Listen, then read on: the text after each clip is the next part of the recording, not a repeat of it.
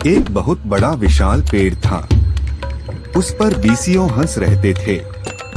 उनमें एक बहुत सियाना हंस था, बुद्धिमान और बहुत दूरदर्शी। सब उसका आदर करते ताऊ कहकर बुलाते थे। एक दिन उसने एक नन्ही सी बेल को पेड़ के तने पर बहुत नीचे लिपटते पाया। ताऊ ने दूसरे हंसों को बुलाकर कहा, देखो इस बेल को नष्ट कर दो। एक दिन यह बेल हम सबको मौत के मुंह में ले जाएगी। एक युवा हंस हंसते हुए बोला, ताऊ यह छोटी सी बेल हमें कैसे मौत के मुंह में ले जाएगी। सियाने हंस ने समझाया, आज यह तुम्हें छोटी सी लग रही है। धीरे धीरे यह पेड़ के सारे तने को लपेटा मारकर ऊपर तक आएगी। फिर बेल का तना मोटा होने लगेगा और पेड़ से चिपक जाएगा। तब नीचे से ऊपर तक पेड़ पर चढ़ने के लिए सीढ़ी बन जाएगी। कोई भी शिकारी सीढ़ी के सहारे चढ़कर हम तक पहुंच जाएगा और हम मारे जाएंगे। दूसरे हंस को यकीन न आया, एक छोटी सी बेल कैसे सीढ़ी बनेगी।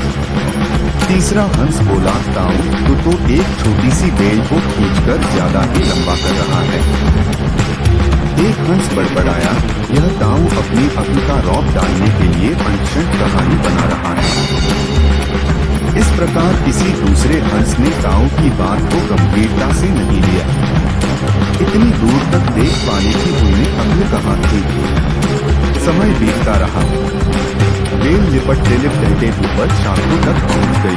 बेल का तना मोटा होना शुरू हुआ और सचमुच ही पेड़ के तने पर सीढ़ी बन गई, जिस पर आसानी से चढ़ा जा सकता था। सबको ताऊ की बात की सच्चाई सामने नजर आने लगी, पर अब कुछ नहीं किया जा सकता था क्योंकि बेल इतनी मजबूत हो गई थी कि उसे नष्ट करना हंसों के बस की बात नहीं थी। एक दिन जब सब हंस दाना चुगने बाहर गए हुए थे, तब एक बहेलिया उधर आ निकला। पेड़ पर बनी सीढ़ी को देखते ही उसने पेड़ पर चढ़कर जाल बिछाया और चला गया। सांझ को सारे हंस लौट आए। पेड़ पर उतरे तो बहेलिये के जाल में बुरी तरह फंस गए। जब वे जाल में फंस गए और फड़फड़ाने लगे, तब उन्हें ताऊ की बुद्धिमानी और दूरदर्शिता का पता लगा। सब ताऊ की बात न मानने के लिए लज्जित थे और अपने आप को कोस रहे थे। ताऊ सबसे रुष्ट था और चुप बैठा था। एक हंस ने हिम्मत करके कहा, ताऊ हम मूर्ख हैं, लेकिन अब हमसे मुंह मत फेरो। दूसरा हंस बोला, इस संकट से निकालने की तरकीब तू ही हमें बता सकता है। आगे हम तेरी कोई बात नहीं डालेंगे। सभी हंसों ने हामी भरी। तब ताऊ ने उन्हें बताया, मेरी बात ध्यान से सुनो। सुबह जब बहेलिया आएगा तब मुर्दा होने का नाटक करना।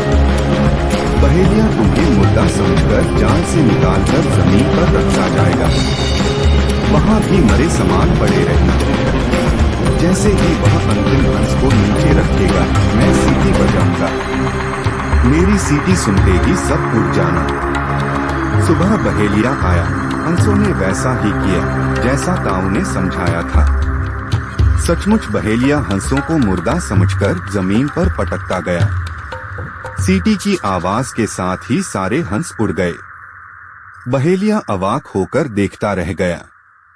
सीखा, बुद्धिमानों की सलाह गंभीरता से लेनी चाहिए।